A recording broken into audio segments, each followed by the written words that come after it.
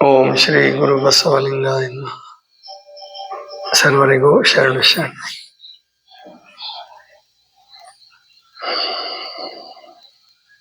ಧರ್ಮದ 11 ಲಕ್ಷಣಗಳನ್ನ ತಿಳ್ಕೊಳ್ಳೋದಕ್ಕೆ ಪ್ರಾರಂಭ ಮಾಡಿದೆ ನಿನ್ನೆಯಿಂದ. ಅದರಲ್ಲಿ ಮೊದಲನೇದು ಸಿದ್ಧಾಂತ. ಸಿದ್ಧಾಂತ ಅಂತಂದ್ರೆ ಮೆಟಾಫಿಸಿಕ್ಸ್. ಅಂದ್ರೆ ಫಿಸಿಕ್ಸ್ ಅಂದ್ರೆ ನಿಮಗೆಲ್ಲ ಗೊತ್ತು, ಪಂಚಭೂತಗಳನ್ನ ಕುರಿತಾಗಿ, ಪಂಚಭೂತಗಳ ರಚನೆಯನ್ನ ಕುರಿತಾಗಿ, ರಚನೆಗೆ ಕಾರಣವಾದಂತಹ ಮೂಲ ವಸ್ತುಗಳ ವಿಷಯವಾಗಿ ತಿಳ್ಕೊಳ್ತಕ್ಕಂಥದ್ದು ಫಿಸಿಕ್ಸ್.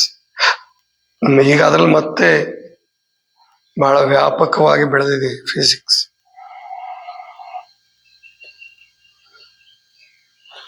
ತುಂಬಾ ವ್ಯಾಪಕವಾಗಿ ಬೆಳೆದಿದೆ. ಸಂತೋಷ ಪಡಬೇಕಾದಂಥದ್ದೇ ಅದು. ಜ್ಞಾನ, ಯಾವುದೇ ಜ್ಞಾನ ಬೆಳೆದರೆ ಅದು ಎಲ್ಲದಕ್ಕೂ ಅನುಕೂಲ ಆಗುತ್ತೆ. ಹಾಗೆ ಫಿಸಿಕ್ಸ್ ಅದನ್ನ ಬೆಳೆಸಿದ್ದಾರೆ ಬಹಳ ಸೂಕ್ಷ್ಮವಾಗಿ, ಬೇರೆ ಬೇರೆ ಆಯಾಮಗಳಲ್ಲಿ ಅದನ್ನ ಬೆಳೆಸಿದ್ದಾರೆ. ಆದ್ರೆ ಈ ಮೆಟಾಫಿಸಿಕ್ಸ್ ಏನಿದೆಯಲ್ಲ, ಇದು ಬೆಳೆದಿದೆ ಅಂತ ಹೇಳಿ ಅಥವಾ ಬೆಳೆದಿದೆ ಅದನ್ನ ಕಲಿಸೋದ ರೀತಿ ಅದು ಭಿನ್ನ ಭಿನ್ನ ಆಗ್ತಾ ಇರುತ್ತೆ. ಫಿಸಿಕ್ಸ್ ಬೆಳೆದ ಹಾಗೆ ಮೆಟಾಫಿಸಿಕ್ಸ್ ಬೆಳೆಯುತ್ತೆ ಅಂತ ಹೇಳಕ್ಕಾಗಲ್ಲ. ಯಾಕೆ ಅಂದ್ರೆ ಫಿಸಿಕ್ಸಿಗೆ ಮೂಲ ಮೆಟಾಫಿಸಿಕ್ಸ್. ಫಿಸಿಕ್ಸ್ ಹಲವು, ಅಂದ್ರೆ ಈಗ ಬೇರು ಅಥವಾ ಬೀಜ ಒಂದೇ ಇರ್ತದೆ, ಬೇರು ಗುಪ್ತವಾಗಿರುತ್ತೆ. ಕೆಲವು ಸಾರಿ ಬೇರಿನ ವ್ಯಾಪಕತೆ ಕಾಣಿಸೋದು ಇಲ್ಲ, ಬೇರಿನ ಆಳ ಕಾಣಿಸಲ್ಲ. ಆದರೆ ಬುಡ, ಕೊಂಬೆ, ರೆಂಬೆಗಳು ಮತ್ತು ಎಲೆಗಳು, ಹೂಗಳು ಎಲ್ಲ ಕಾಣಿಸ್ತಾವ. ಮತ್ತೆ ಅವು ಬೆಳಿತಾವ, ಅವುಗಳ ಸಂಖ್ಯೆ ಜಾಸ್ತಿ ಆಗ್ತದೆ. ಅದೇ ಬೇರಿನ ಸಂಖ್ಯೆ ಜಾಸ್ತಿ ಆಗಲ್ಲ. ಬೇರೆ ಆಳಕ್ಕೆ ಹೋಗ್ಬಹುದು ಮತ್ತು ಒಳಗಡೆನೆ ವಿಸ್ತಾರ ಹೊಂದಬಹುದು. ಅಂದಾಕ್ಷಣಕ್ಕೆ ಮೆಟಾಫಿಸಿಕ್ಸ್ ಇಲ್ಲ, ಅದು ಉಪಯೋಗ ಇಲ್ಲ ಅಂತ ಬಿಟ್ರೆ, ಹೇಗೆ ಬೇರಿಗೆ ಸಾರ ಸಿಗದೆ ಹೋದ್ರೆ ಮರ ಒಣಗಿ ಹೋಗ್ತದಲ್ಲ, ಹಾಗೆ ಈ ಸಿದ್ಧಾಂತವನ್ನು ಕುರಿತು ಸರಿಯಾಗಿ ತಿಳ್ಕೊಂಡು ಸಾಧನೆಯನ್ನು ಮಾಡುವ ಜನ ಇಲ್ಲದೆ ಹೋದ್ರೆ ಯಾವುದೇ ಒಂದು ಧರ್ಮದಕ್ಕೆ ಅಸ್ತಿತ್ವ ಇರಲ್ಲ. ಒಂದು ವೇಳೆ ಅಸ್ತಿತ್ವ ಇದ್ರೂ ಅದರಲ್ಲಿ ಶಕ್ತಿ, ಸಾರಾಂಶ ಇರಲ್ಲ, ಏನೋ ಜೀವನ. ಆಗ ಧರ್ಮ ಅನ್ನುವಂಥದ್ದು ಕೇವಲ ಒಂದು ದಿನಾಚರಣೆಗೆ ಅಥವಾ ಊಟಕ್ಕೆ, ವೈವಿಧ್ಯಮಯವಾದ ಆಚರಣೆಗೆ, ಅದು ಮೇಲೆ ಬಾಹ್ಯಾಚರಣೆಗೆ ಸಂಬಂಧಪಟ್ಬಿಟ್ಟು ಒಂದು ದಿವಸ ಅದರ ಅಸ್ತಿತ್ವವನ್ನು ಕಳ್ಕೊಳ್ಳುತ್ತೆ. ಯಾವುದೇ ಧರ್ಮ ಉಳಿಬೇಕಾದ್ರೆ ಸಿದ್ಧಾಂತ ಸರಿಯಾಗಿ ತಿಳ್ಕೊಂಡಂತಹ ಅನುಯಾಯಿಗಳು ಇರಬೇಕಾಗತ್ತೆ. ಜೊತೆಗೆ ಆ ಸಿದ್ಧಾಂತದ ನಂತರ ಸಾಧನೆ ಬರ್ತದೆ. ಸಿದ್ಧಾಂತ, ಸಾಧನೆ, ದರ್ಶನ, ಇವು ಲಕ್ಷಣಗಳು. ಧರ್ಮದ ಪ್ರಮುಖ ಲಕ್ಷಣಗಳು ಅಂದ್ರೆ ಸಿದ್ಧಾಂತ, ಸಾಧನೆ, ದರ್ಶನ, ಸಂಸ್ಕಾರ, ಆಮೇಲೆ ನೀತಿಶಾಸ್ತ್ರ, ಅರ್ಥಶಾಸ್ತ್ರ, ಹೀಗೆ ಬೆಳ್ಕೊಂತ ಹೋಗುತ್ತೆ. ಸಮಾಜಶಾಸ್ತ್ರ, ಆಮೇಲೆ ಅದೆಲ್ಲ ಹೇಳುವಂತಹ ಒಂದು ಸಂಸ್ಕೃತಿ, ಪರಂಪರೆ, ಧರ್ಮ ಸಾಹಿತ್ಯ ಅಥವಾ ಧರ್ಮಗ್ರಂಥ ಮತ್ತು ಧರ್ಮಗುರು. ಇಷ್ಟು 11 ಲಕ್ಷಣಗಳಿವು. ಅದರಲ್ಲಿ ಮೊದಲನೇದು ಸಿದ್ಧಾಂತ. ಅದ್ರ ಬಗ್ಗೆ ನಾವು ಸರಿಯಾಗಿ ತಿಳ್ಕೊಳ್ಬೇಕು. ನಮ್ಮ ಸಿದ್ಧಾಂತಕ್ಕೆ ಕೆಲವರು ಶಕ್ತಿ ವಿಶಿಷ್ಟ ಅದ್ವೈತ ಸಿದ್ಧಾಂತ ಅಂತ ಹೇಳ್ತಾರೆ. ಹೇಳಬಹುದು, ತೊಂದರೆ ಏನಿಲ್ಲ. ಆದ್ರೆ ಇನ್ನು ಕೆಲವರು ಇದನ್ನ ಶೂನ್ಯ ಸಿದ್ಧಾಂತ ಅಂತ ಕರೀತಾರೆ. ಶೂನ್ಯ ಸಿದ್ಧಾಂತ ಅನ್ನೋದಕ್ಕಿಂತಲೂ ಶಕ್ತಿ ವಿಶಿಷ್ಟ ಅದ್ವೈತ ಸಿದ್ಧಾಂತ ಅನ್ನೋದು ಸರಿ. ಯಾಕೆಂದ್ರೆ ಶೂನ್ಯ ಅಂದ ಕೂಡಲೇ ತುಂಬಾ ಜನರಿಗೆ ಅರ್ಥ ಆಗಲ್ಲ. ಬೌದ್ಧರ ಶೂನ್ಯಕ್ಕೆ ಅಥವಾ ನಾಸ್ತಿಕರು ಏನ್ ದೇವರೇ ಇಲ್ಲ ಅಂತ ಏನು ಹೇಳ್ತಾರಲ್ಲ, ಅದಕ್ಕೆ ಹೊರಟೋಗ್ಬಿಡುತ್ತೆ. ಮತ್ತು ಶರಣರು ಸೃಷ್ಟಿಯ ರಚನೆಯನ್ನು ಹೇಳುವಾಗ ಮೊದಲಿಗೆ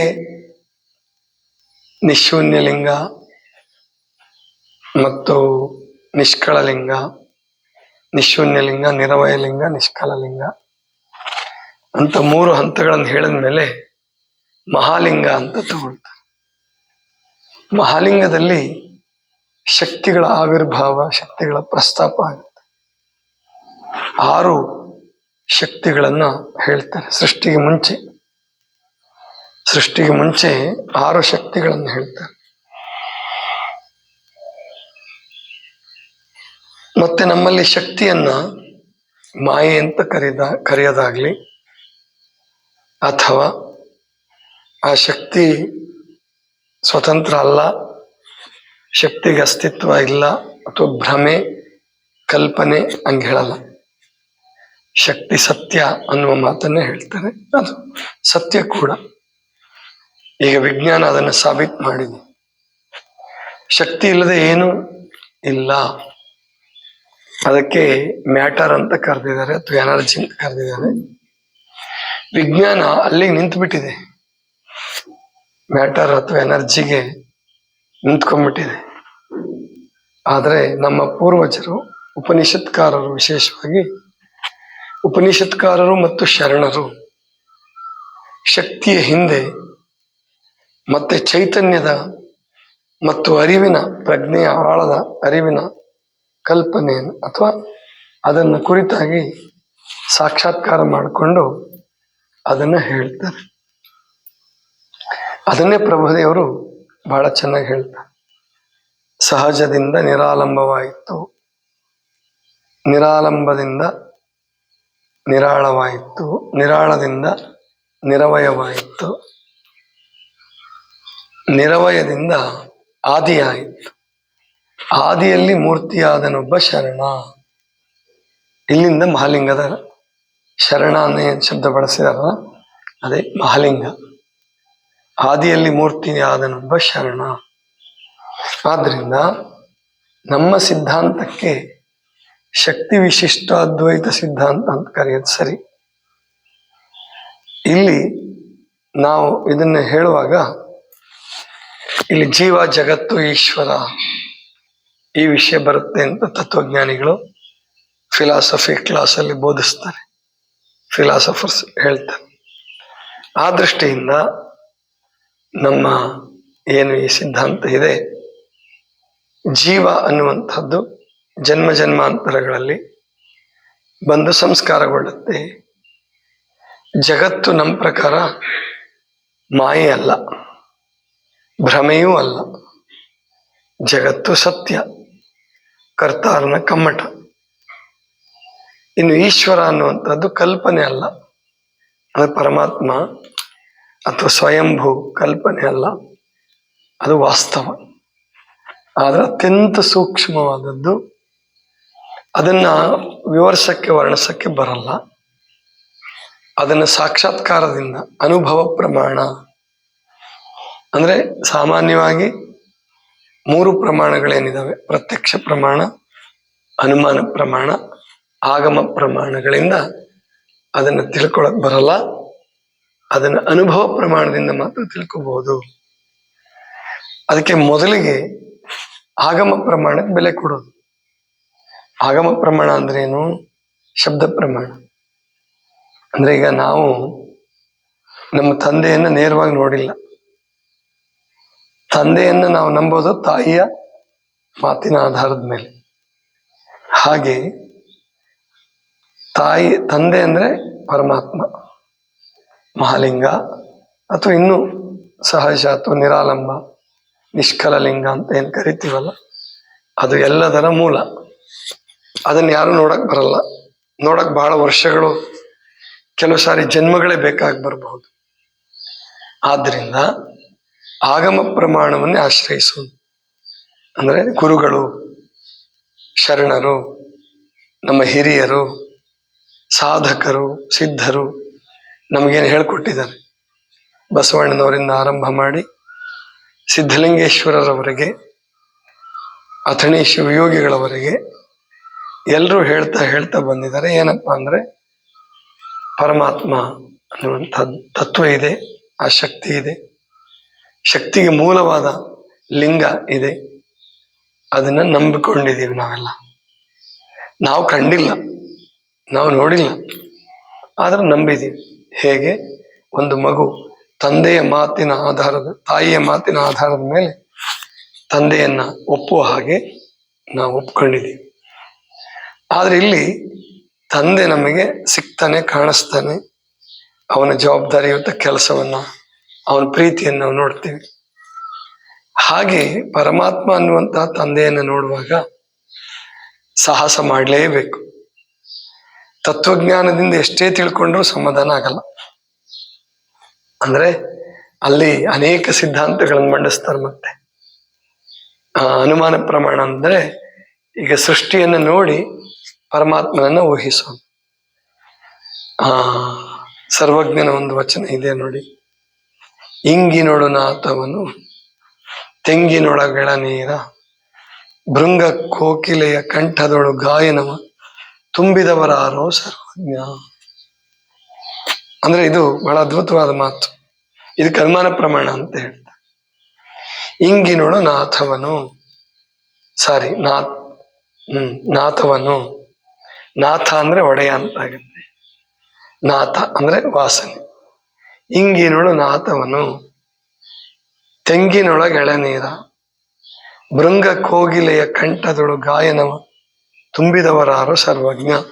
ಈ ಸೃಷ್ಟಿಯ ವೈವಿಧ್ಯತೆ, ಈ ಸೃಷ್ಟಿಯ ವೈಶಿಷ್ಟ್ಯತೆ, ಈ ಸೃಷ್ಟಿಯ ಅಗಾಧತೆ, ಅಮೋಘತೆ ಇವೆಲ್ಲವನ್ನು ನೋಡಿದಾಗ ಇದ್ರ ಹಿಂದೆ ಇರ್ತಕ್ಕಂತಹ ಚೈತನ್ಯ ಜಡ ಅಲ್ಲ, ಅದು ಜಡ ಅಲ್ಲ, ಅದು ಚೈತನ್ಯ, ಚೇತನ ಅನ್ನುವಂತಹದ್ದು ನಮಗೆ ಗೊತ್ತಾಗುತ್ತೆ.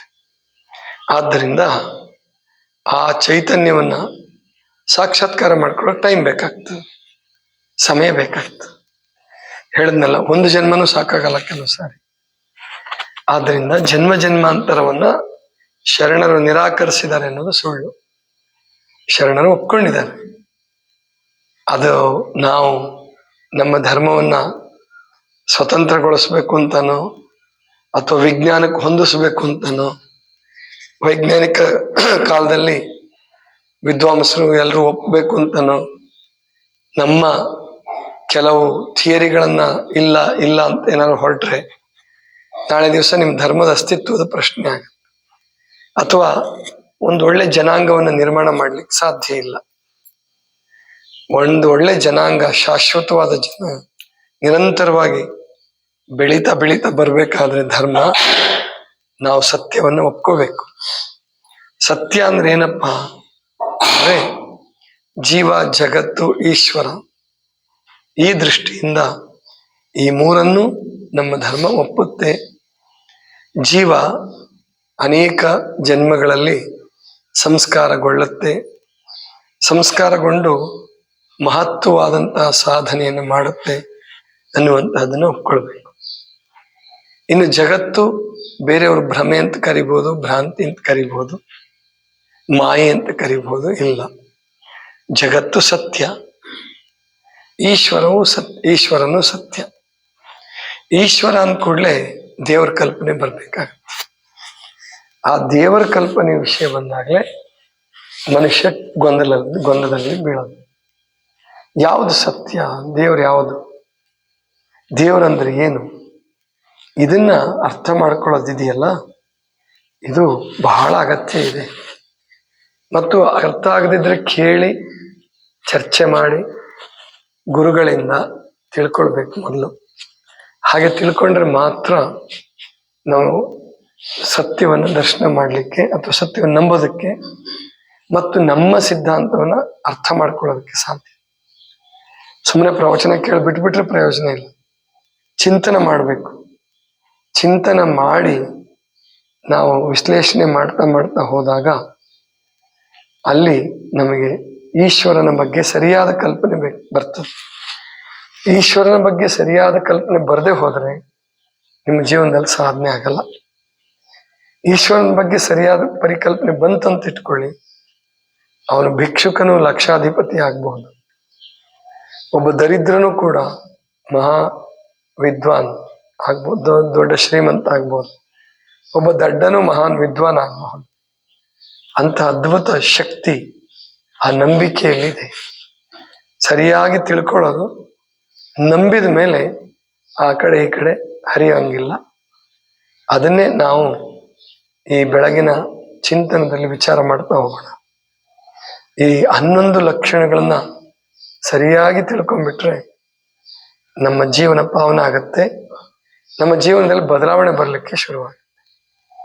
ಇದಿಷ್ಟು ಇವತ್ತಿನ ಚಿಂತನ. ಸರ್ವರಿಗೂ ಶರಣ.